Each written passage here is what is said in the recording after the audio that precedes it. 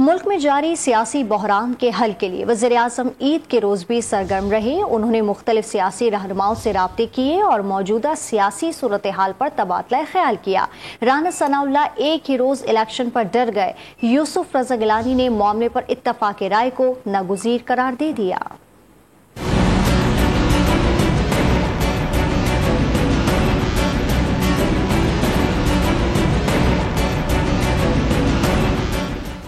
انتخابات کے معاملے پر ڈیڈ لاک اور سیاسی بحران کے حل کے لیے عید کے روز بھی رابطوں اور تبادلہ خیال کا سلسلہ جاری رہا۔ وزیر اعظم نے امیر جماعت اسلامی کو فون کر کے ملک کی موجودہ صورتحال پر گفتگو کی۔ سراج الحق نے سیاسی بحران کا حل نکالنا وزیر اعظم کی ذمہ داری قرار دے دیا۔ شہباز شریف نے بھی واضح کیا کہ وہ معاملے پر اتحادی جماعتوں سے مشاورت کر رہے ہیں۔ وزیر اعظم نے اتحادی جماعتوں کے رہنماؤں مولانا فضل الرحمان، بلاول بھٹو، آصف زرداری، خالد مقبول صدیقی، محمود اچکزئی، اختر مینگل، چودھری شجاعت، آفتاب شیرپاؤ، اویس نورانی، وزرائے اعلیٰ اور گورنرز کو بھی ٹیلی فون کیا اور معاملے پر تبادلہ خیال کیا۔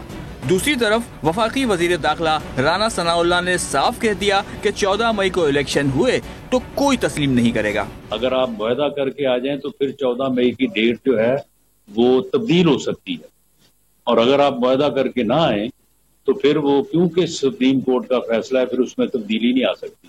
یہ عجیب فیصلہ ہے سپریم کورٹ کا کہ اگر سیاستدان معاہدہ کریں تو وہ آگے ہو جائے گا، اور اگر معاہدہ نہ ہو تو پھر وہ سپریم کورٹ کا فیصلہ ہے۔ پی پی رہنما یوسف رضا گیلانی نے انتخابات کے لیے اتفاق رائے کو ناگزیر قرار دے دیا۔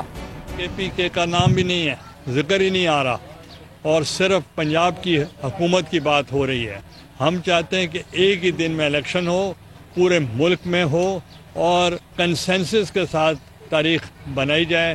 وہ انشاءاللہ عید کے بعد جب تمام پولیٹیکل ہیڈز بیٹھیں گے وہ اس پہ ڈیلیبریشن ہوگی اور پھر کوئی لائے عمل تیار۔ وزیر دفاع خواجہ آصف نے انتخابات سے متعلق اقلیت کے بجائے اکثریت کو فوقیت دینے کا مشورہ دیا اور دعویٰ کیا کہ معاملے پر عدلیہ میں تقسیم پیدا ہو چکی ہے۔